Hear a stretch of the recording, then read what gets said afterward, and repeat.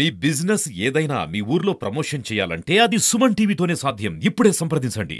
నేను 1983 నుంచి తెలుగుదేశం పార్టీలో క్రియాశీలక సభ్యుడిగా కొనసాగుతూ ఉన్నాను. అప్పుడు తెలుగుదేశం పార్టీలో 83వ సంవత్సరంలో నేను ముత్యాల రత్నం ఇద్దరం కలిసి ఒకేసారి పార్టీలో జాయిన్ అయ్యాం. అలాగే పనిచేసుకుంటూ వస్తుండగా 1994వ సంవత్సరం వచ్చేటప్పటికి రత్నం గారు పార్టీని విభేదించి పార్టీ మారి కాంగ్రెస్ పార్టీలో జాయిన్ అయ్యాడు. కాంగ్రెస్ పార్టీలో జాయిన్ అయినప్పుడు నన్ను కూడా తెలుగుదేశం పార్టీలో నుంచి కాంగ్రెస్ పార్టీలోకి వచ్చేయమని ఆయన పట్టుబడితే, అది కాదు బావా, నేను రాలేను, పార్టీ మారే ఆలోచన నాకు లేదు, పార్టీ మారటం మాటకి పార్టీ మారటం నాకు ఇష్టం ఉండదు, నేను పార్టీ మారనన్నాను. అలా కాదు, నా కూడా నువ్వు రావా అన్నాడు.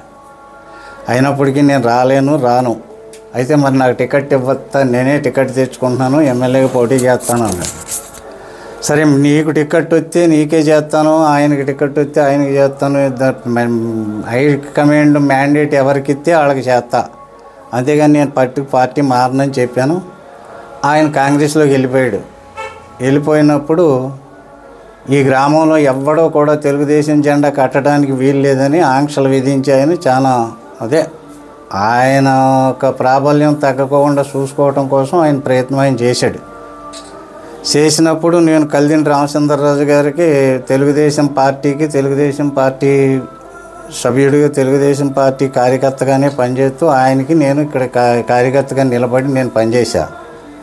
గ్రామ పార్టీ అధ్యక్షుడిగా నేను ఎన్నుకోవడం జరిగింది. నన్ను 93 నుంచి 2023 వరకు నేనే పార్టీ అధ్యక్షుడిని ఈ తెలుగుదేశం పార్టీకి. మధ్యలో ఈ 30 సంవత్సరాల కాలంలోనూ 10 సంవత్సరాలు రాష్ట్ర తెలుగు రైతు కార్యదర్శి ఇచ్చారు నాకు. 10 సంవత్సరాలు రాష్ట్ర తెలుగు రైతు కార్యదర్శిగా నేను పార్టీ ఆఫీస్కి వెళ్ళటం, మీటింగులకి వెళ్ళటం, అక్కడ చంద్రబాబు నాయుడు గారితో పరిచయాలు. అప్పుడే నేను ఇదిగో ఈ ఫోటోలు దిగటం, మీటింగులు నెలకి మీటింగ్కి వెళ్ళినప్పుడల్లా చంద్రబాబు నాయుడు గారిని కలిసేవాడిని. తిరుగుతూ జరిగింది 30 సంవత్సరాలు. నేను పార్టీ అధ్యక్షుడిగా ఉండి గ్రామాన్ని పార్టీకి అండగా నిలబడి పార్టీ కోసం నేను కష్టపడి సుమారుగా ఎప్పుడూ కూడా నేను వేరే పార్టీలో సభ్యత్వం తీసుకోలేదు. నేను ఏ పార్టీలోనూ తిరగలేదు కూడా. నాకు చాలా ఒత్తిళ్ళు వచ్చినాయి. మొన్న పార్టీ ఈ ఊళ్ళో గ్రామ పార్టీ ప్రెసిడెంట్గా వేసినప్పుడు కూడా నాకు చెప్పలా. ఏమండి నా పరిస్థితి ఏంటి చెప్పండి, న్యాయంగా చెప్పండి మీరు. అసలు నా ఈడెవడో సీనియారిటీ అని వేసుకున్నాడు, ఆ సీనియారిటీ చెల్లదంటాడు, ఆడెవడో క్రిమినల్. నాకు సీనియారిటీ చాలదా? పార్టీ ఎప్పుడు పుట్టింది, నేను ఎప్పుడు పుట్టాను. నా తర్వాతే చంద్రబాబు నాయుడు కూడా సభ్యత్వం తీసుకున్నాడు పార్టీలో. అలా అని కాదు చెబుతున్నాను. అసలు ఇప్పుడుకి నేను ఎక్కడైనా తప్పు చేశానా చూపించమనండి ఎవరైనా సరే. నేను రోగం వచ్చి ఆపరేషన్ చేయించుకుని పేషెంట్గా ఇంట్లో కూర్చుంటే క్యాంపింగ్కి వచ్చిన క్యాండిడేట్ ఎవరో ఒక నాయకుడు వస్తాడండి, మర్యాదగా దిగి నా ఇంట్లోకి వచ్చినప్పుడు నేను ఏం చేయాలి? ఆయన పక్కన కూర్చొని ఎలా ఉందో ఆరోగ్యం అని పలకరిస్తూ ఉండగా ఇలాంటి వాడు ఎవడో తుండి ఎత్తే దాన్ని హైలైట్ చేసి చూపించి, ఏమంటే నేను తుండి అసలు ఎంత న్యాయంగా ఉందో చూడండి. 4 రంగుల జెండాలు ఇంట్లో పెట్టుకుని ఏదైతే అధికారంలోకి వచ్చి ఆ జెండా పైకి లేపేవాడు బాగానే ఉన్నాడు. ఆడెవడో కండవ వేసిన దానికి నన్ను హైలైట్ చేసి అంత అల్లరి చేస్తున్నారు. ఇది ఎంతవరకు ధర్మం, న్యాయమా?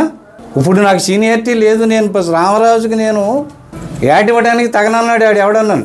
రామరాజుకి నేను యాడ్ ఇవ్వడానికి తగపోవటం ఏంటంటే, 2019లో రామరాజు గారు ఎమ్మెల్యేగా పోటీ చేసినప్పుడు నా ఇదే ఊరు వచ్చినప్పుడు క్యాంపింగ్ తిరిగేటప్పుడు కేకేసి 50,000 రూపాయలు డొనేషన్ ఇచ్చాను పార్టీకి, రామరాజు గారికి.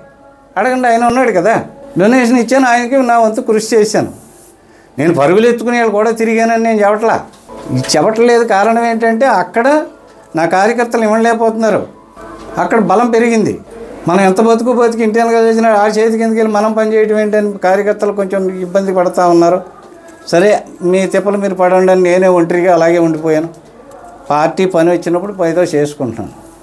దీనికి సీనియారిటీ అని వేయటానికి అసలు వీలు లేదు పేపర్లో అంటాడు ఎవడాడు. అది కరెక్టా? నాకు ఉన్న సీనియారిటీ చాలదండి. ఇప్పుడు నన్ను సీనియారిటీగా ప్రకటించుకోవటానికి ఏ అర్హత అంటున్నాడు అసలు. నేను నా 30 సంవత్సరాలు నా సర్వీసులో నేనే కదా సభ్యత్వం మీద సంతకాలు పెట్టి పంచిపెట్టింది.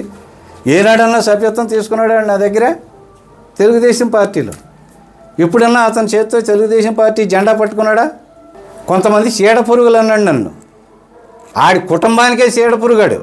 దయచేసి నిజవర్గ పెద్దగా కనుమూరు రఘురామకృష్ణరాజు గారికి నేను తెలియజేసుకునేది ఏంటంటే, ఏదైనా విషయం ఉంటే నా వల్ల తప్పు ఉండదో లేదు అని నేను అన్నాం, కానీ పిలిచి మాట్లాడమనండి. అంతేగాని ఎవరో చెప్పిన మాటలు వచ్చుకుని నా మీద ఇలా కక్షపూరితంగా ఇలా వాళ్ళని నా మీద తోలి వాళ్ళు చేయటం అనేది న్యాయం కాదు, ధర్మం కాదని చెప్పేసి నేను అంటున్నాను. కాలవల ప్రక్షాళన చేయడానికి ఆయన ఒక విజన్ ప్రకటించే నేను ఎందుకు పట్టుకెళ్ళి ఆయనకి ఇచ్చాను? మంచి కార్యక్రమాలు చేయమనే కదా. మరి నాకు ఆ ఇబ్బంది వచ్చినప్పుడు వాళ్ళు వచ్చి చెప్పినప్పుడు నన్ను కూడా పిలిచి నువ్వు చెప్పేది ఏంటని అడగకోకుండా వన్ సైడ్ వెళ్తే అది న్యాయం కాదు అని నేను కోరుతున్నాను.